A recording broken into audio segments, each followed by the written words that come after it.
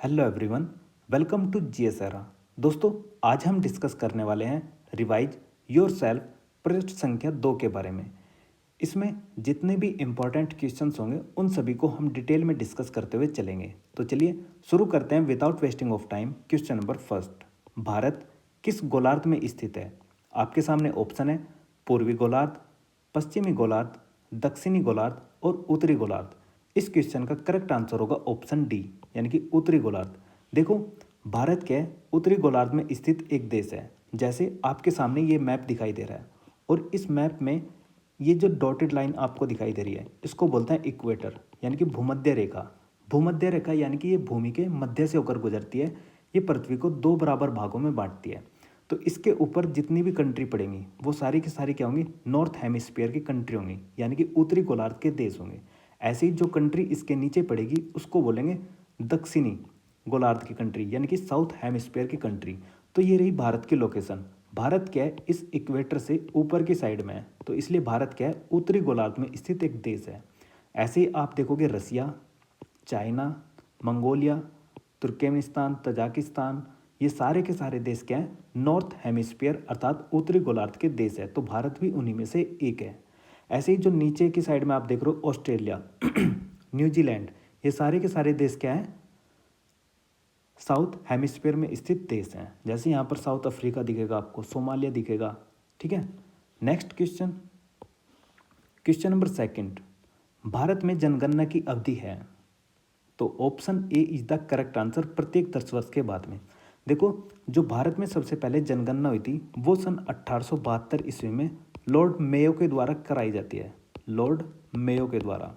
लेकिन वर्ष 1872 के बाद में सन 1881 ईस्वी में 1881 में एक वाइसरॉय होते हैं जिनका नाम होता है Lord Ripon Ripon Lord Ripon के कार्यकाल से जो भारत में जनगणना है वो प्रत्येक 10 वर्ष के अंतराल पर होने लगी।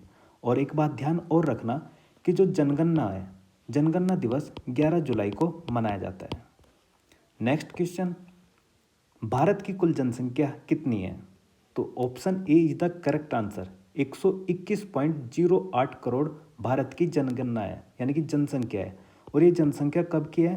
2011 के सेंसस के द्वारा है। जो 2011 में जनगणना हुई थी उसके द्वारा भारत में 121.08 करोड़ लोग रहते हैं।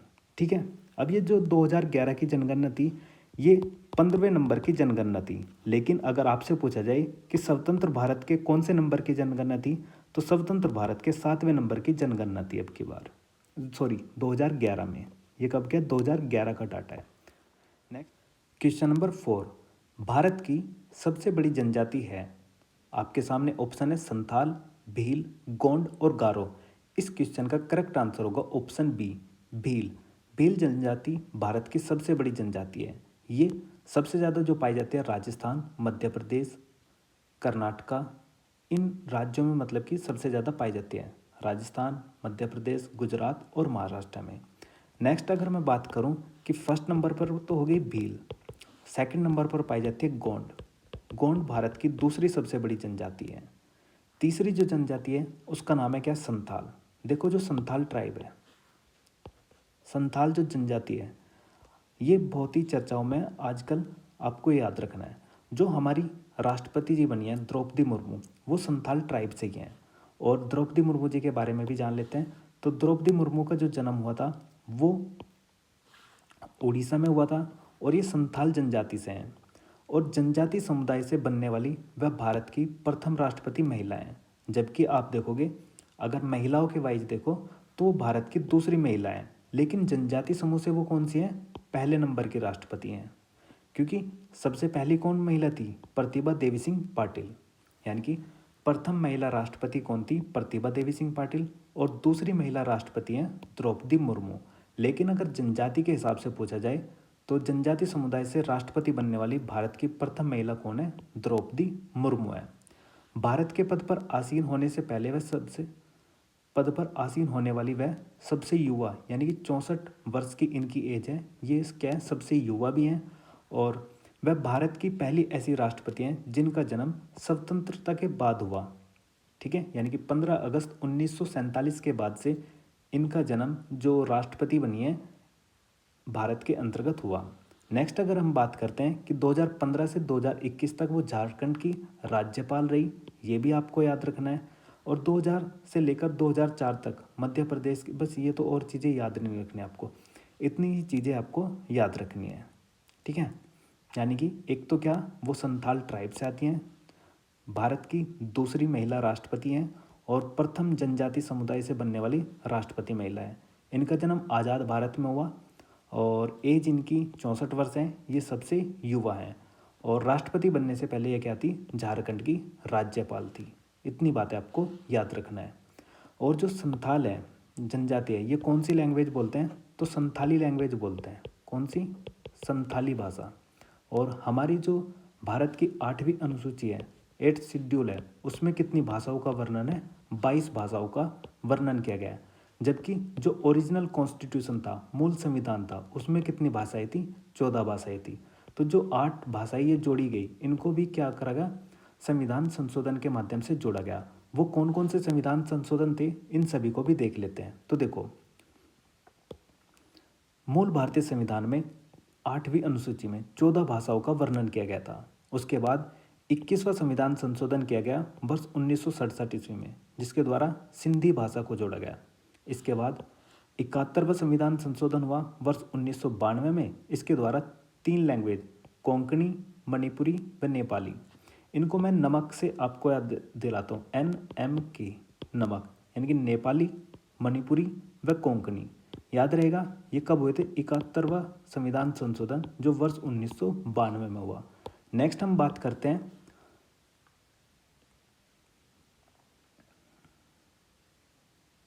92वां संविधान संशोधन अधिनियम, जो कि 2003 में हुआ। उसके द्वारा 4 लैंग्वेज, कौन कौन सी, बोडो, डोगरी, मैथिली और संथाली, यही है वो संथाली लैंग्वेज। तो संथाली लैंग्वेज कब जोड़ी गई भाई, 2003 में, ये याद रखना। इसको भी आप शॉर्टकट में याद रख सकते हो, BDMS, बोडो, डोगरी, मैथिली और संथाली। संथाली कब जोड़ी गई, 2003 में। किस संविधान संशोधन के माध्यम से जोड़ी गई, तो 92, यानी कि 92वां संविधान संशोधन हुआ था। देखो, आपके अगर याद नहीं होगे ना संविधान संशोधन, तो इस प्रकार याद रख सकते हो, पहला हुआ 21वां, कब हुआ ये, 1967 ईस्वी में। दूसरा हुआ 71वां, ये कब हुआ, 1992 में। इतना तो याद रहेगा ही। अगर मैं इन दोनों को ऐड कर दूं तो क्या हो जाएगा, 92 आ जाएगा। और 92 कब हुआ, 2003 में। थोड़ा सा इस तरीके से भी रिकॉल कर सकते हो इसको, ठीक है। इसके द्वारा पहले 1 जोड़ी गई, इसके द्वारा 3 और इसके द्वारा 4, तो कुल मिलाकर कितनी लैंग्वेज जोड़ी गई, 8। पहले कितनी थी, 14 भाषाएं। तो आज के समय पर कितनी हो गई, 22 भाषाएं होगी। कहाँ पर, 8वीं अनुसूची में। तो यहाँ पर लास्ट में यही लिखा है कि वर्तमान में 8वीं अनुसूची में कुल 22 भाषाओं का वर्णन किया गया है, ठीक है। पहली कौन सी थी, सिंधी, और 3 लैंग्वेज NMK, यानी कि नमक, नेपाली, मणिपुरी और कोंकणी, और 4 लैंग्वेज BDMS, बोडो, डोगरी, मैथिली और संथाली। नेक्स्ट क्वेश्चन हम डिस्कस करते हैं, क्वेश्चन नंबर 5। विश्व की कुल जनसंख्या का कितना प्रतिशत जनसंख्या भारत में निवास करती है, तो कितनी निवास करती है भाई, 17.5%। 17.5% भारत में जनसंख्या निवास करती है पूरे विश्व का। और पूरे विश्व में हमारी रैंक कितनी है, 17.5% के साथ में सेकंड रैंक है। जबकि आप फर्स्ट रैंक देखोगे तो फर्स्ट रैंक पर कौन है, चाइना। चाइना की जनसंख्या सबसे ज़्यादा है और भारत की सेकंड नंबर पर है। नेक्स्ट क्वेश्चन नंबर 6, भारत का कुल क्षेत्रफल कितना है, तो भारत का क्षेत्रफल 32,87,263 स्क्वायर किलोमीटर है। 32,87,263 स्क्वायर किलोमीटर है। अगर आपसे मिलियन में पूछ लिया जाए तो ये हो जाएगा 3.28 मिलियन स्क्वायर किलोमीटर, ठीक है, 3.28, क्योंकि 1 मिलियन इक्वल क्या होता है, 10⁶। जब आप इसको 10⁶ से डिवाइड करोगे तो ये पॉइंट यहाँ पर पहुँच जाएगा 3.28। Next question number 7। और हाँ, ध्यान रखना कि जो एरिया के वाइज हमारी रैंक है ना, एरिया के वाइज हमारी रैंक है 7th रैंक, ठीक है। इसको किस तरीके से रिकॉल रखना है, तो मैप के जरिए मैं आपको समझा देता हूँ। अगर आप इसको मैप के हिसाब से भरोगे तो आपको जल्दी रिकॉल हो जाएगी। जैसे पहले नंबर पर है रसिया, इधर से आपने जंप किया यहाँ पर, ये क्या है, कनाडा, यानी कि पहला क्या है रसिया और दूसरा कनाडा। फिर उसके नीचे पड़ता है चाइना। चाइना का कौन सा है, तीसरे नंबर का। यहाँ से जंप मारी अमेरिका में, तो ये रहा चौथा, यानी कि पहला, दूसरा, तीसरा, चौथा। याद हो गए 4 कंट्री लगातार सीक्वेंस में। पहला रसिया, दूसरा कनाडा, तीसरा चाइना और चौथा अमेरिका। अब 5वें नंबर की कौन सी है, ये पड़ता है देखो साउथ अमेरिका, यानी कि दक्षिण अमेरिका। दक्षिण अमेरिका की सबसे बड़ी कंट्री है ब्राज़ील, तो 5वें नंबर की कौन सी है, ब्राज़ील। और छठे नंबर की यहाँ से क्या करना है, इधर फिर जंप मारना है ऑस्ट्रेलिया में। याद हुआ, पहला, दूसरा कनाडा, तीसरा चाइना, चौथा अमेरिका, पांचवा ब्राज़ील और छठा ऑस्ट्रेलिया, और सातवां कौन सा है, हमारा प्यारा भारत देश। ठीक है। अब नेक्स्ट क्वेश्चन नंबर 7, भारत में सर्वाधिक बोली जाने वाली भाषा है। आपके सामने ऑप्शन है तेलुगु, बांग्ला, अंग्रेजी व हिंदी। इस क्वेश्चन का करेक्ट आंसर होगा ऑप्शन डी, हिंदी। हिंदी भारत में सर्वाधिक बोले जाने वाली भाषा है। भारत में लगभग 44% लोग हिंदी बोलते हैं, जबकि सेकंड नंबर पर कौन सी लैंग्वेज बोली जाती है, बांग्ला। और बांग्ला बोलते हैं भारत में कुल 8% लोग। ध्यान रखना ये बात। और एक और याद रखना कि भारत में जो मतलब कि हिंदी दिवस मनाया जाता है, हिंदी दिवस कब बनाया जाता है 14 सितंबर को। इसकी जो हिंदी की स्क्रिप्ट है कौन सी है, देवनागरी है। और जो विश्व में सबसे ज़्यादा लैंग्वेज बोली जाती है वो है चाइना की। चाइना की देखो पॉपुलेशन भी सबसे ज़्यादा है, यानी कि जनसंख्या सबसे ज़्यादा है। एक तो पॉपुलेशन यानी कि जनसंख्या में कौन सा स्थान है इसका, पहला। एरिया में इसका कौन सा स्थान है, सेकंड नंबर का है, क्योंकि सॉरी थर्ड नंबर का। ठीक है, कौन से नंबर का है, थर्ड, क्योंकि पहले पर कौन आता है, रसिया, दूसरे पर कनाडा और तीसरे पर चाइना। तो एरिया वाइज थर्ड है। और लैंग्वेज जो बोली जाती है, यानी कि विश्व में सबसे ज़्यादा बोले जाने वाली भाषा कौन सी है, चाइना की है। तो इसमें फर्स्ट स्थान आता है, किसमें, लैंग्वेज में। और चाइना की जो भाषा है वो बोली जाती है उसका नाम क्या है, मंडारिन। कौन सी लैंग्वेज है, मंडारिन, MANDARIN, मंडारिन। ठीक है। और हिंदी दिवस कब मनाया जाता है, 14 सितंबर को मनाया जाता है। और भारत की जो ऑफिशियल लैंग्वेज है कौन कौन सी है, हिंदी एंड इंग्लिश। भारत की दोनों आधिकारिक भाषाएं हैं।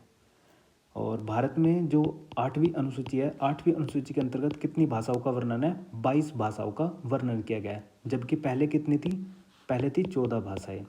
धीरे धीरे 8 भाषाएं जुड़ी, कब कब, 3 संविधान संशोधन में, 21वां, 71वां और 92वां।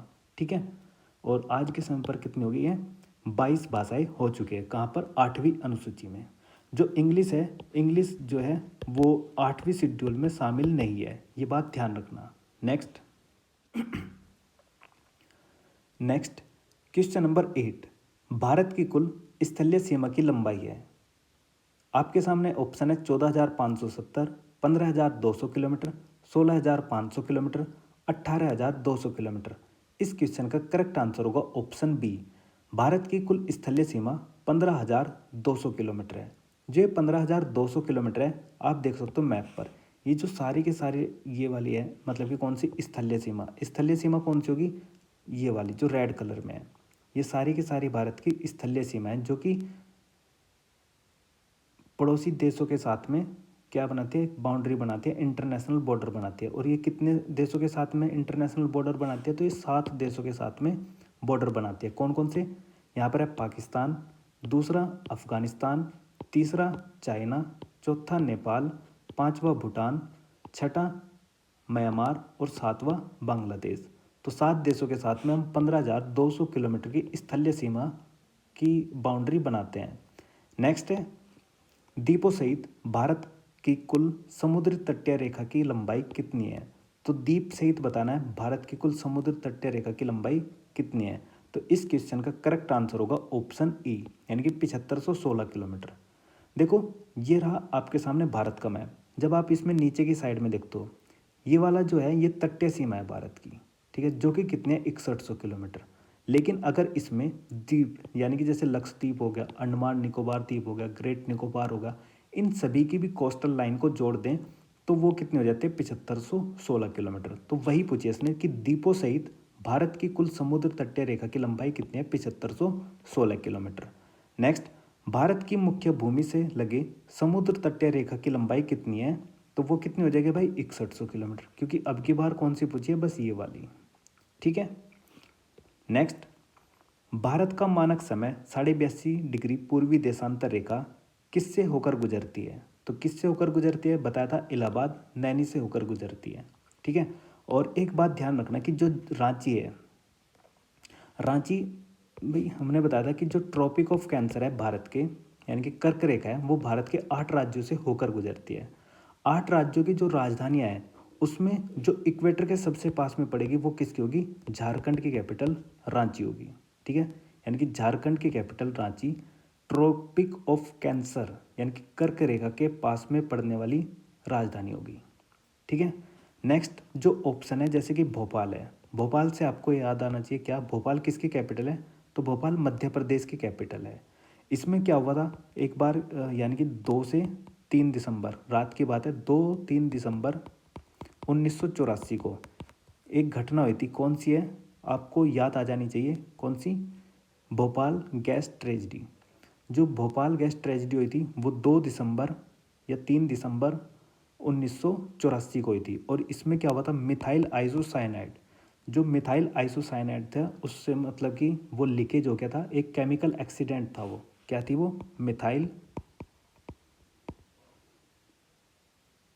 आइसोसाइनाइड। ठीक है। मिथाइल आइसोसाइनाइड MIC लीक हो गया था। कहाँ पर? भोपाल में।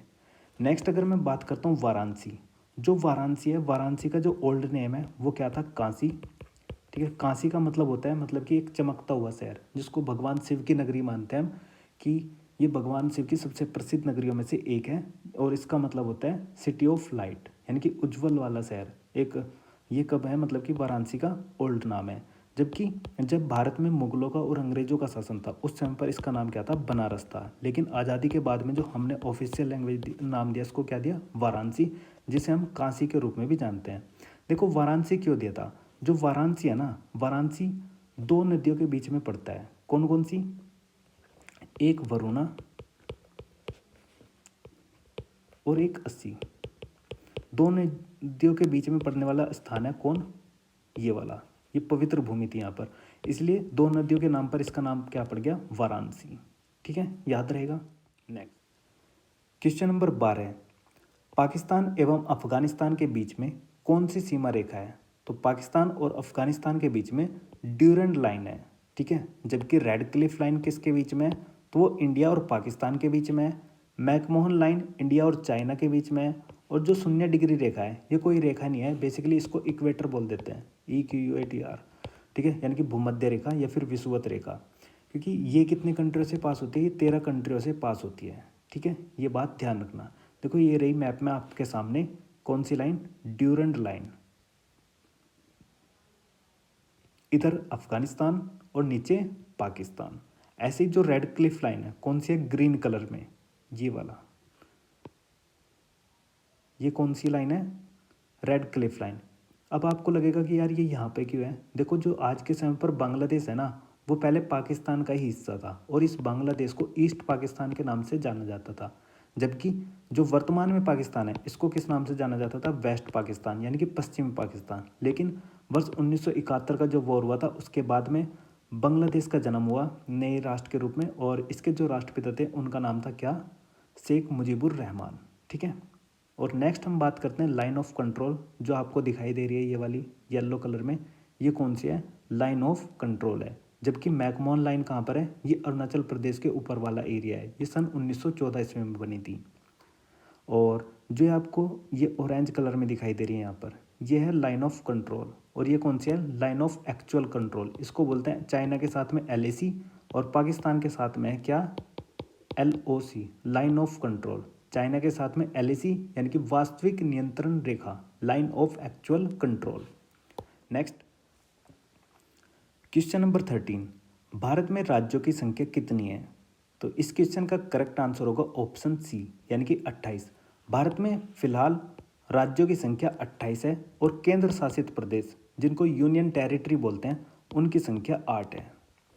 जबकि 2 जून 2014 को हमारी स्थिति क्या थी? 29 राज्य थे 2 जून 2014 को। क्योंकि 2 जून 2014 को क्या हुआ था? आंध्र प्रदेश से तेलंगाना राज्य अलग हुआ था। लेकिन वर्ष 2019 में आपको याद होगा क्या हुआ? एक जम्मू कश्मीर राज्य था, जम्मू कश्मीर राज्य को दो जगह पर तोड़ दिया गया। एक यानी कि जो जम्मू कश्मीर राज्य हुआ करता था उससे उसको क्या बना दिया, केंद्र शासित प्रदेश में तोड़ दिया। एक तो क्या, Jammu and Kashmir union territory बना दी और दूसरा लद्दाख यूनियन टेरिटरी बना दी। तो इस प्रकार 29 से घटकर कितने हो गए थे, वर्तमान में 28 राज्य हो गए। नेक्स्ट हम डिस्कस करते हैं अफगानिस्तान की सीमा से लगा एकमात्र केंद्र शासित राज्य कौन सा है। तो अफगानिस्तान के साथ में जो बाउंड्री टच करता है वो केवल लद्दाख केंद्र शासित प्रदेश टच करता है। और लद्दाख कितने किलोमीटर की टच करता है बाउंड्री, तो 106 किलोमीटर की। यहाँ पर जो आपको ये दिखाई दे रही है ये वाला एरिया, यहाँ पर यही है वो एरिया जो पाकिस्तान सॉरी अफगानिस्तान भारत के साथ में शेयर करता है। कहाँ पर, Ladakh union territory 106 kilometre. Next question number 15, Bharat की जल अक्षेत्र सीमा कहाँ तक फैली हुई है। तो भारत की जो जल अक्षेत्र सीमा है वो 12 नॉटिकल माइल तक फैली हुई है।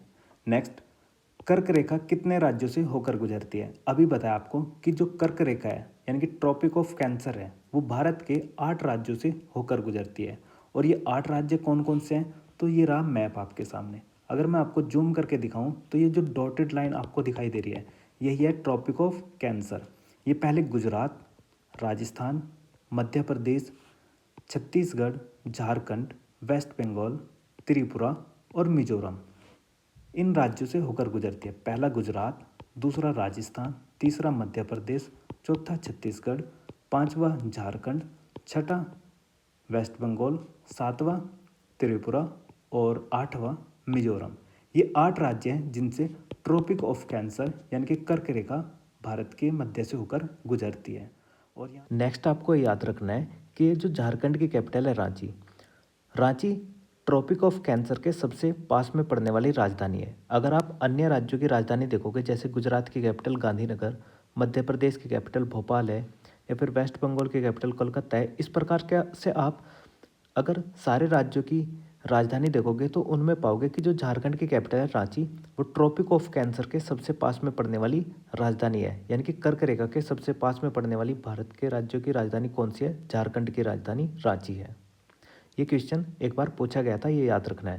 देखो भोपाल भी पास में आपको दिखाई देगा लेकिन सबसे पास में पड़ती है झारखंड की कैपिटल रांची। नेक्स्ट, 82.5 डिग्री पूर्वी देशांतर रेखा भारत के कितने राज्यों से होकर गुजरती है। जो 82.5 डिग्री पूर्वी देशांतर है वो भारत के 5 राज्यों से होकर गुजरती है। देखो ये रही भारत की इंडियन स्टैंडर्ड टाइम, और ये भारत का जो इंडियन स्टैंडर्ड टाइम है इसको 82.5 डिग्री ईस्ट बोलते हैं। 82.5 डिग्री पूर्वी देशांतर ये भारत के 5 राज्यों से होकर गुजरता है। कौन कौन से, यूपी, एमपी, छत्तीसगढ़, उड़ीसा और आंध्र प्रदेश। कितने राज्यों से, 5 से, यूपी, एमपी, छत्तीसगढ़, उड़ीसा और आंध्र प्रदेश। याद रहेंगे ये 5 राज्य, ठीक है। क्वेश्चन नंबर 18, नई दिल्ली भारत की राजधानी कब बनी। तो इस क्वेश्चन का करेक्ट आंसर होगा ऑप्शन सी, यानी कि नई दिल्ली भारत की राजधानी वर्ष 1931 ईस्वी में बनी थी। देखो अगर मैं इसकी एग्जैक्ट डेट की बात करूं तो वो थी 13 फरवरी 1931 को नई दिल्ली को भारत की राजधानी बनाया जाता है। देखो इसके पीछे की हिस्ट्री क्या थी ये समझ लेते हैं थोड़ी सी, कि नई दिल्ली को क्यों बनाया था। वर्ष 1910 में 6 मई का दिन था जब ब्रिटेन के राजा बनाए जाते हैं जॉर्ज पंचम।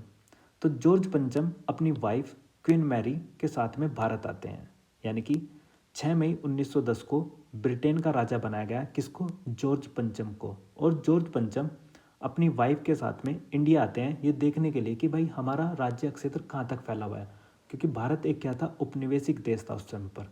तो ये क्या कर रहे थे, घूमने फिरने के लिए आ रहे थे जॉर्ज पंचम, किसके साथ में, क्वीन मैरी के साथ में। कहाँ पर आते हैं, इंडिया में। जब ये इंडिया में आते हैं, मतलब कि इंडिया में सबसे पहले ये पहुँचते हैं मुंबई में। तो मुंबई में इनके स्वागत के लिए एक गेटवे ऑफ इंडिया का निर्माण किया जाता है। आज के समय पर वर्तमान में जो आप गेटवे ऑफ इंडिया देखते हो तो उसका निर्माण जॉर्ज पंचम के स्वागत के लिए ही किया गया था। तो जब ये जॉर्ज पंचम भारत में आए तो गेटवे ऑफ इंडिया का निर्माण हुआ। तो उस समय पर भारत में एक दिल्ली के अंतर्गत दरबार का आयोजन किया जाता है और इसी दरबार को क्या कहते हैं, दिल्ली दरबार कहते हैं। देखो, जब ये भारत में आते हैं तो भारत में दिल्ली के अंतर्गत 12 दिसंबर 1911 को इनके लिए एक दिल्ली दरबार का आयोजन किया जाता है। और ये जो दिल्ली दरबार था ये तीसरे नंबर का था। ये किस लिए लगाया गया था कि जो ब्रिटेन के किंग आ रहे हैं जॉर्ज पंचम, यहाँ पर इनका अभिषेक किया जाएगा। कहाँ पर, दिल्ली दरबार थर्ड के अंतर्गत। और ये जो दिल्ली दरबार थर्ड लगा था, कहाँ पर लगा था, दिल्ली के अंतर्गत। और यहाँ यहीं पर इनका क्या किया जाता है, राज्य अभिषेक किया जाता है, यानी कि कोरोनेशन किया जाता है। दिल्ली के अंदर आपको एक कोरोनेशन पार्क भी देखने को मिलेगा। इसी में किया गया था इनका राज्य अभिषेक। कब, 12 दिसंबर 1911 ईस्वी को। और ये कौन से नंबर का दिल्ली दरबार था, तो ये तीसरे नंबर का दिल्ली दरबार था। इसका मतलब ये हुआ कि इससे पहले भी 2 दिल्ली दरबार लग चुके हैं। तो पहला लगा था 1877 ईस्वी में, दूसरा लगा था 1903 ईस्वी में, और तीसरा लगा था 1911 ईस्वी में। यानी कि 12 दिसंबर 1911 ईस्वी में कौन सा लगा था, तीसरा दिल्ली दरबार लगा था। और जब ये दिल्ली दरबार लगा, इस समय के जो वायसराय थे उनका नाम था Lord Harding. Lord Harding second number के जो व्यक्ति थे, लॉर्ड हॉर्डिंग सेकंड, वो कौन थे, भारत के वायसराय थे इस समय पर। इनके द्वारा 2 आधिकारिक घोषणाएं की जाती हैं जो कि काफ़ी इम्पोर्टेंट है। एक, इनके द्वारा कहा गया कि जो अब तक भारत की राजधानी कलकत्ता होती है, कलकत्ता से आज के बाद में राजधानी क्या होगी, दिल्ली होगी। यानी कि कलकत्ता की जगह अब किसको राजधानी बनाया जाएगा, दिल्ली को बनाया जाएगा। और दूसरी इनके द्वारा घोषणा की गई थी कि जो वर्ष 1905 ईस्वी में बंगाल का विभाजन किया गया था उसको क्या करते हैं, हम रद्द करते हैं, यानी कि कैंसिल करते हैं। यानी कि बंगाल विभाजन को रद्द किया गया किसके द्वारा, घोषणा में लॉर्ड हॉर्डिंग सेकंड के द्वारा। और दूसरी स्टेटमेंट क्या दी गई कि कलकत्ता की जगह अब भारत की राजधानी क्या होगी, दिल्ली होगी। लेकिन एक बात ध्यान रखना, यहाँ से एक इम्पोर्टेंट क्वेश्चन और बनता है कि 12 दिसंबर 1911 को लगा था दिल्ली दरबार सेकंड। इसमें घोषणा हुई थी, किसने की थी, लॉर्ड हॉर्डिंग सेकंड ने। लेकिन इसको ट्रांसफ़र कब किया गया था, तो वो की गई थी 1 अप्रैल 1912 ईस्वी को। 1 अप्रैल 1912 को कलकत्ता से दिल्ली के अंतर्गत कुछ सचिवालय और यानी कि कुछ कार्यालय और ऑफिस का निर्माण कर दिया गया था अस्थायी रूप में। यानी कि जो कलकत्ता में कुछ ऑफिस थे उनको ट्रांसफ़र कर दिया था, कहाँ पर, दिल्ली के अंतर्गत। कब, 1 अप्रैल 1912 में। लेकिन आप देखोगे कि जो 13 फरवरी 1931 है, इस दिन भारत को क्या किया गया था भारत की राजधानी आधिकारिक रूप से घोषित की गई थी। क्या कहा गया था कि Delhi is the new capital of the country. और ये किसके द्वारा कही गई थी, स्टेटमेंट किसके द्वारा की गई थी, लॉर्ड इरविन। लॉर्ड इरविन ने क्या किया था, इनऑग्रेशन किया था, कहा था कि Delhi is the new capital of the country. ठीक है, समझ आई तीनों तारीख। पहला, 12 दिसंबर 1911 को क्या लगा, दिल्ली दरबार लगा। किसके लिए, जॉर्ज पंचम के लिए। जॉर्ज पंचम के लिए क्यों लगा, क्योंकि यहाँ पर इसका क्या किया गया था, राज्य अभिषेक किया गया था। कहाँ पर, कोरोनेशन पार्क में। राज्य अभिषेक को ही क्या कहते हैं, कोरोनेशन कहते हैं। उस समय के तत्कालीन वायसराय कौन थे, लॉर्ड हॉर्डिंग सेकंड। और ये कौन से नंबर का दिल्ली दरबार था, थर्ड। इससे पहले भी 2 लग चुके हैं, 1877 में, और दूसरा 1903 ईस्वी में, और तीसरा 1911 ईस्वी में। जो लॉर्ड हॉर्डिंग उस समय के वायसराय थे, उन्होंने 2 घोषणाएं की। एक कि कलकत्ता के बाद आज से राजधानी क्या होगी, दिल्ली। यानी कि अब कलकत्ता की जगह भारत की राजधानी दिल्ली को बनाया जाएगा। और दूसरा, जो बंगाल विभाजन किया गया था वर्ष 1905 ईस्वी में, उसको क्या किया जाता है, कैंसिल किया जाता है। ठीक है, इसके बाद में जो कलकत्ता से दिल्ली के अंतर्गत कुछ सचिवालय और यानी कि ऑफिस कुछ ट्रांसफ़र कर दिए गए थे, सेक्रेटरीट। तो वो कब किए गए थे, 1 अप्रैल 1912 ईस्वी को। लेकिन जो आधिकारिक रूप से घोषणा हुई थी 13 फरवरी 1931 ईस्वी को हुई थी कि Delhi is the new capital of the country. ये किसके द्वारा की गई थी, लॉर्ड इरविन के द्वारा। समझ आया आपको इतना सारा, ये तीनों तारीख याद रखनी है आपको। नेक्स्ट हम डिस्कस करते हैं बांग्लादेश से 3 तरफ से घिरा हुआ राज्य कौन सा है। तो भाई सबको पता है कौन सा है, त्रिपुरा। त्रिपुरा जो है भारत का एक ऐसा राज्य है जो कि बांग्लादेश से 3 तरफ से घिरा हुआ है। और बांग्लादेश के साथ में हम सबसे ज़्यादा बाउंड्री सीमा टच करते हैं, कितनी, 4096.7 किलोमीटर। और सबसे कम किसके साथ में करते हैं, तो वो है अफगानिस्तान। अफगानिस्तान के साथ में हम 106 किलोमीटर की बाउंड्री शेयर करते हैं। और हमारी कौन सी, मतलब कि कौन सा स्टेट या यूनियन टेरिटरी टच करता है, तो वो है हमारा लद्दाख केंद्र शासित प्रदेश। ठीक है, ये बातें आपको ध्यान रखनी है। नेक्स्ट, क्वेश्चन नंबर 20, आदम का पुल किसके मध्य है? तो आदम का पुल जो है वो भारत और श्रीलंका के बीच में है। जो ये आदम का पुल है इसी को हम बोलते हैं राम सेतु। क्या बोलते हैं? राम सेतु, यानी कि एडम्स ब्रिज के नाम से भी इसको जानते हैं। एक तो राम सेतु और दूसरा एडम्स ब्रिज। ठीक है, एडम्स ब्रिज कहो, राम सेतु कहो या फिर आदम का पुल कहो, ये किसके बीच में है? भारत और श्रीलंका के बीच में है। देखो ये किसके द्वारा बनाया गया था? ये प्रभु श्री राम जी के द्वारा बनाया गया था। ये वाला फोटो आप देख सकते हो। ठीक है, और ये किस तरीके से है देखो, ये जो आपको लोकेशन यहाँ पर दिखाई दे रही है यही है क्या? Adam's Bridge. और यहाँ पर पड़ते हैं गल्फ ऑफ मन्नार, ये भारत का राज्य है तमिलनाडु, और इधर है क्या? श्रीलंका, यानी कि इधर इंडिया और इधर श्रीलंका। ठीक है, और यहाँ पर क्या पड़ती है? पाक स्ट्रेट। स्ट्रेट का काम क्या होता है? स्ट्रेट का काम होता है, देखो दो काम होते हैं स्ट्रेट के। एक तो लैंड बाउंड्री को क्या आपस में एक दूसरे से अलग करना, यानी कि लैंड बाउंड्री 1 को लैंड बाउंड्री 2 से अलग करना। दूसरा, दो वाटर बॉडी को आपस में कनेक्ट करना। जैसे कि आप देखोगे यहाँ पर ये पड़ता है क्या? बे ऑफ बंगाल, बंगाल की खाड़ी। बंगाल की खाड़ी को किससे कनेक्ट कर रही है? गल्फ ऑफ मन्नार से। कौन? पाक स्टेट। और दो लैंड बाउंड्री को किसको अलग कर रही है? एक तमिलनाडु को और दूसरा श्रीलंका को। ठीक है, यानी कि एक भारत को और दूसरा श्रीलंका को। ठीक है, तो ये काम होता है स्टेट का। और जो पाक स्टेट है ना, ये एक व्यक्ति के नाम पर थी। किसके? एक मद्रास के गवर्नर थे जिनका नाम था रॉबर्ट पाक। रॉबर्ट पाक उनके नाम पर है। ये पाकिस्तान वाला पाक नहीं है। ये क्या है? पाकिस्तान वाला पाक नहीं है, PALK है। ठीक है, ध्यान रखना। नेक्स्ट, अगर मैं एडम्स ब्रिज से रिलेटेड कुछ और बातें भी डिस्कस करूं आपके साथ में, तो एडम्स ब्रिज भारत के पंबन द्वीप से श्रीलंका के मन्नार द्वीप तक फैला हुआ है। ठीक है, पहला क्वेश्चन तो क्या बनेगा? पंबन द्वीप से श्रीलंका के मन्नार द्वीप तक। पंबन द्वीप किसका है? भारत का है। कभी कभी आपसे ये भी पूछा जाता है कि रामेश्वरम किस द्वीप पर बसा है? तो रामेश्वर पंबन द्वीप पर बसा हुआ है। यानी कि जो राम सेतु है वो भारत के पंबन द्वीप के अंतिम छोर धनुषकोडी से प्रारंभ होकर कहाँ तक फैला हुआ है? श्रीलंका के मन्नार द्वीप तक। ठीक है, नेक्स्ट क्वेश्चन है क्वेश्चन नंबर 21। भारत के दक्षिणी बिंदु भूमध्य रेखा से कितने किलोमीटर है? तो कितने किलोमीटर है? 876 किलोमीटर है। जो भारत का दक्षिणी बिंदु है उसका नाम क्या है? इंदिरा पॉइंट। इंदिरा पॉइंट कहाँ पर पड़ता है? तो ये पड़ता है ग्रेट निकोबार में।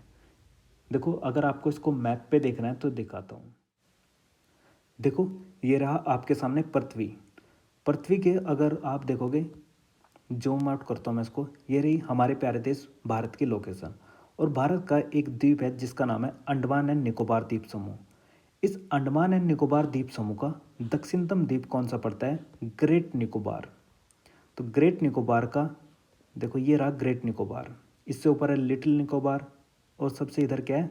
ग्रेट निकोबार। तो ये जो ग्रेट निकोबार है, ग्रेट निकोबार के सबसे दक्षिण में देखो, सबसे नीचे देखो, ये रहा इंदिरा पॉइंट। यही है भारत का सबसे दक्षिणतम बिंदु। यानी कि भारत का दक्षिणतम बिंदु क्या है? ग्रेट निकोबार है, जो कि वर्ष 2004 में जब जल सुनामी आई थी ये क्या हो गया था? जलमग्न हो गया था।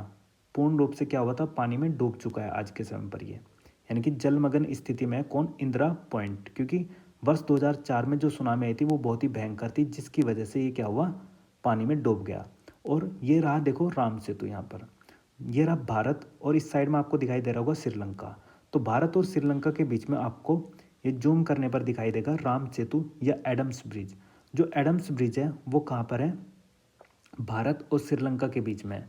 भारत के पंबन द्वीप से शुरू होता है और पंबन द्वीप पर कौन बसा है? रामेश्वरम। भारत के पंबन द्वीप से शुरू होकर और कहाँ तक जाता है? ये मन्नार द्वीप तक। मन्नार द्वीप किसका है? तो ये मन्नार द्वीप श्रीलंका का है। ठीक है, इतनी बातें आपको याद रखनी है। Question number 22। जनगणना किस अनुच्छेद में वर्णित है? इस क्वेश्चन का करेक्ट आंसर होगा ऑप्शन बी, यानी कि अनुच्छेद 246। जो जनगणना है वो अनुच्छेद 246 में दी गई है। जब आप देखोगे, देखो ये जो जनगणना है ना, ये संघ सूची का विषय है। इस पर केंद्र सरकार ही कानून बनाती है और केंद्र सरकार ही जनगणना कराती है प्रत्येक 10 वर्ष के अंतराल पर। वर्तमान में जो जनगणना होगी वो कौन सी होगी? 16वें नंबर की होगी, जबकि जो 2011 में जनगणना हुई थी वो 15वें नंबर की थी। और जो 2011 में जनगणना हुई थी वो स्वतंत्र भारत की 7वीं जनगणना थी, ये भी आपको याद रखना है। और प्रत्येक वर्ष जो जनगणना दिवस मनाया जाता है वो 11 जुलाई को मनाया जाता है। और जो आर्टिकल 246 है ये क्या बात कहता है तो ये भी देख लो। जो आर्टिकल 246 है ये कहता है कि संसद द्वारा राज्यों के विधानमंडलों के द्वारा बनाई गई विधियों की बात करता है। मतलब बेसिकली क्या है कि इसके अंतर्गत जो हमारी संविधान के अंतर्गत 7वीं अनुसूची है, 7वीं अनुसूची में 3 सूचियाँ दी गई है। एक संघ सूची, दूसरी समवर्ती सूची और तीसरी राज्य सूची। राज्य सूची के विषयों पर राज्य का विधानमंडल कानून बना सकता है। समवर्ती सूची के विषय में संसद और विधानमंडल दोनों कानून बना सकते हैं, जबकि संघ सूची के विषय पर केवल संघ सरकार यानी कि केंद्र सरकार ही कानून बना सकती है। ये बातें आपको याद रखनी है। अगर मैं 248 आर्टिकल की बात करूं तो इसके अंतर्गत रेसिडुअल्स पावर से लिखी गई हैं, अवशिष्ट विधायी शक्तियाँ लिखी गई हैं। और अवशिष्ट शक्तियाँ हमने कहाँ से ली हैं? ऑस्ट्रेलिया से ली हैं। यानी कि समवर्ती सूची या राज्य सूची में जो परिगणित नहीं है, कोई ऐसा सब्जेक्ट है कि जो ना तो राज्य सूची में है ना समवर्ती सूची में, तो उस पर जो शक्ति बनाएगी ना, विधि बनाएगी, वो किसको पावर है? संसद को है। किसको पावर है? संसद यानी कि पार्लियामेंट को। ये बात बताती है। ठीक है, आर्टिकल 248, ये बात भी आपको याद रखनी है। नेक्स्ट हम बात करते हैं क्वेश्चन नंबर 23। भारत के प्रथम जनगणना की शुरुआत लॉर्ड मेयो के शासनकाल में किस वर्ष में हुई थी? तो मैंने आपको स्टार्टिंग में ही बताया था कि लॉर्ड मेयो के कार्यकाल में कब हुआ था? 1872 ईस्वी में। लेकिन जो 1872 ईस्वी में हुई थी ये एक अनियमित तरीके से थी। इसके बाद से वर्ष 1871 से लेकर भारत में प्रत्येक 10 वर्ष के अंतराल पर जनगणना कराई जाती है। और प्रथम बार 1871 में किसने कराई थी? तो वो थे लॉर्ड रिपन। ठीक है, लेकिन वर्ष 2021 की जो जनगणना थी वो कोविड की वजह से नहीं हो पाई, ये भी बात याद रखना। और 2011 में कौन से नंबर की थी? 15वें नंबर की। और आज़ाद भारत की 7वें नंबर की। 11 जुलाई को जनगणना दिवस मनाया जाता है। ठीक है, नेक्स्ट हम डिस्कस करते हैं क्वेश्चन नंबर 24। भारत की सबसे लंबी अंतर्राष्ट्रीय स्थल सीमा किस देश के साथ में है? तो हम ऑलरेडी डिस्कस कर चुके हैं कि बांग्लादेश के साथ में हम भारत की सबसे ज़्यादा लंबी सीमा बांग्लादेश के साथ में लगती है। कितनी? 4096.7 किलोमीटर। अगर मैं सभी देश के साथ में आपको दिखाना चाहूँ तो देखो ये रहा मैप। एक बांग्लादेश के साथ में हम कितनी करते हैं? 4096.7 किलोमीटर। और सबसे कम करते हैं अफगानिस्तान के साथ में 106 किलोमीटर। वहीं पाकिस्तान के साथ में 33-23 किलोमीटर, चाइना के साथ में 34-88 किलोमीटर, नेपाल के साथ में 17-51 किलोमीटर, म्यांमार के साथ में 1643 किलोमीटर और भूटान के साथ में 699। कभी कभी हम इसको इस तरीके से भी याद रख लेते हैं, बचपन से MBA। ठीक है, बचपन से MBA यानी कि वैसे बांग्लादेश के साथ में सबसे ज़्यादा, उसके बाद China, C4, P4 Pakistan, N4 Nepal और MBA का मतलब मैं से म्यांमार, B से भूटान और A से अफगानिस्तान। ठीक है, सबसे कम सीमा हम किसके साथ में करते हैं? अफगानिस्तान के share. Next question number 25। Bharat एवं श्रीलंका को अलग करता है कौन? पाक जलडमरू मध्य अभी दिखा है आपको, और दूसरा मन्नार की खाड़ी। ये दोनों ही अलग करते हैं, यानी कि A और B दोनों है। Option D is the right answer. लेकिन जो कच्छ की खाड़ी है, ये कच्छ की खाड़ी कहाँ पर पड़ती है? ये पड़ती है गुजरात में। ठीक है, ये याद रखना। Next question number 26। भारतीय उपमहाद्वीप में कौन सम्मिलित नहीं है? तो देखो भारतीय उपमहाद्वीप के अंतर्गत 5 देश आते हैं। जब भारतीय उपमहाद्वीप की बात हो रही है तो एकदम से आपको दिमाग में इमेज लानी है अखंड भारत की। अखंड भारत का मतलब उसमें इंडिया आ गया, पाकिस्तान आ गया और बांग्लादेश आ गया। तो 3 देश ये हैं और 2 कंट्री और याद रखनी है, नेपाल और भूटान। यानी कि भारतीय उपमहाद्वीप में 5 देश आते हैं, इंडिया, पाकिस्तान, बांग्लादेश, नेपाल और भूटान। याद रहेंगे। देखो ये रहा आपके सामने कलर्ड मैप। इसमें आपको दिखाई देगा जो ये एरिया है, पाकिस्तान, इंडिया, नेपाल, भूटान और बांग्लादेश, ये 5 कंट्री शो करते हैं किसके मैप को? भारतीय उपमहाद्वीप के मैप को। नेक्स्ट यानी कि कौन सा नहीं आएगा? श्रीलंका नहीं आएगा, क्योंकि जो श्रीलंका है ना, श्रीलंका के साथ में हम क्या करते हैं? वाटर बाउंड्री शेयर करते हैं। और वाटर बाउंड्री हम 2 के साथ में शेयर करते हैं, एक श्रीलंका और दूसरा मालदीव। ये दोनों की दोनों कंट्री इंडियन ओशियन यानी कि भारतीय महासागर में पड़ने वाले देश हैं।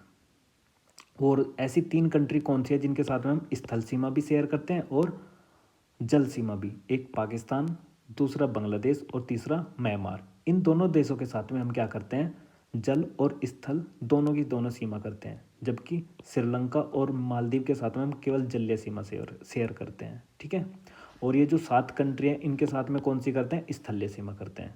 याद रहेंगे। नेक्स्ट, भारत में नियमित जनगणना की शुरुआत 1881 ईस्वी में किसके शासनकाल में हुई थी? तो 1881 में किसके द्वारा हुई थी? लॉर्ड रिपन के द्वारा। Option D is the correct answer. लेकिन जब आप देखोगे लॉर्ड मेयो के कार्यकाल में कब हुई थी? 1872 ईस्वी में। नेक्स्ट, 3 बीघा कॉरिडोर किसको जोड़ता है? तो 3 बीघा कॉरिडोर भारत और बांग्लादेश को जोड़ता है। ये बातें आपको याद रखनी है। नेक्स्ट, क्वेश्चन नंबर 29, भारत की अक्षांश स्थिति क्या है? तो भारत की जो अक्षांश स्थिति है वो 8 डिग्री 4 मिनट से लेकर 37 डिग्री 6 उत्तरी अक्षांश है। जब आप इस मैप में देखोगे तो आपको दिखाई देगा कि जो ये भारत के नीचे से लाइन गुजर रही है, ये वाली, ये जो नीचे लेटी हुई लाइन होती है इस प्रकार से, ये क्या कहलाती है? अक्षांश कहलाती है। लेटी हुई लाइन क्या कहलाती है? लैटिट्यूड कहलाती है। ठीक है, लैटिट्यूड, यानी कि जो भारत के सबसे नीचे गुजरेगी वो कौन सी है? 8 डिग्री 4, और ऊपर की साइड में कौन है? 37 डिग्री 6। ध्यान रखना दोनों नॉर्थ हैं। इसमें देखो यहाँ पूर्वी लगा रखा है, पूर्वी पश्चिमी, याद रखना आपको नॉर्थ, क्योंकि हम क्या है, इक्वेटर से ऊपर की साइड में है। जितनी भी इक्वेटर के ऊपर की कंट्री पड़ेंगी वो सारी की सारी क्या होंगी? नॉर्थ में होंगी। और जो हमारा जो दक्षिणतम बिंदु है यहाँ पर इंदिरा पॉइंट, उसकी डिस्टेंस कितनी है इक्वेटर से? 876 किलोमीटर। ठीक है, तो भारत की जो अक्षांश स्थिति है वो ये रही। ठीक है, 8 डिग्री 4 से लेकर 37 डिग्री 6। ऐसी जो देशांतर स्थिति है, तो देशांतर स्थिति कौन सी होगी? ये वाली। तो ये कितनी है? 68 डिग्री 7 मिनट से लेकर 97 डिग्री 25 मिनट। ये भी याद रखना, यानी कि यहाँ पर है। ठीक है, और ये क्या है? पूर्वी देशांतर होगी। पूर्वी देशांतर क्यों होगी? क्योंकि जो यहाँ पर इस साइड में जो 0 डिग्री लैटिट्यूड पड़ता है, जिसको प्राइम मेरिडियन लाइन PML बोलते हैं, या फिर प्रधान यामोत्तर रेखा बोलते हैं, उसके इधर की जितनी भी कंट्री होंगी वो सारी की सारी ईस्ट वाली होंगी। इसलिए यानी कि हमारी जो लोकेशन होगी वो क्या होगी? पूर्वी देशांतर वाली होगी। ठीक है, और इसलिए भारत के मध्य से जो 5 राज्यों से होकर गुजरती है, 82.5 डिग्री भारत मानक यामोत्तर रेखा वो ईस्ट होती है, 82.5 डिग्री ईस्ट। ठीक है, इसलिए हम हमारा समय क्या है? 5.5 घंटे आगे है ब्रिटेन से। ठीक है, नेक्स्ट क्वेश्चन, दिल्ली किस वर्ष भारत की राजधानी बनी? तो देखो यहाँ पे कंफ्यूज हो सकते हो आप कि दिल्ली किस वर्ष भारत की राजधानी बनी, तो आंसर होगा 1912। क्यों हो गया? देखो वर्ष 1911 में क्या लगा था? दिल्ली दरबार लगा था। वर्ष 12 दिसंबर 1911 को क्या लगा था? दिल्ली दरबार। और इसमें घोषणा की गई थी किसकी? कि दिल्ली भारत की राजधानी होगी। लेकिन बनी कब? वर्ष 1912 में। और जो इसका इनॉग्रेशन किया कि नई Delhi is the capital of the country, तो new Delhi is the capital of the country किसके द्वारा कही गई थी? इनॉग्रेशन किसके द्वारा किया गया था? लॉर्ड इरविन के द्वारा। और इरविन के द्वारा कब किया गया था? 13 फरवरी 1931 को। ठीक है, कि new Delhi is the capital of the country, वर्ष 1931 में। लेकिन दिल्ली राजधानी कब बनी? 1912 में। घोषणा कब की गई? 12 दिसंबर 1911 में। 12 दिसंबर 1911 को क्या लगा था? थर्ड दिल्ली दरबार। और ये घोषणा किसके द्वारा की गई थी? लॉर्ड हार्डिंग सेकंड के द्वारा। ठीक है, नेक्स्ट क्वेश्चन हम डिस्कस करते हैं, जनगणना का महाविभाजक वर्ष क्या माना जाता है? तो वर्ष 1921 को जनगणना का महाविभाजक वर्ष माना जाता है। क्वेश्चन नंबर 34, भारत की कुल साक्षरता दर है, तो भारत की कुल साक्षरता दर कितनी है? ऑप्शन डी, यानी कि 73%।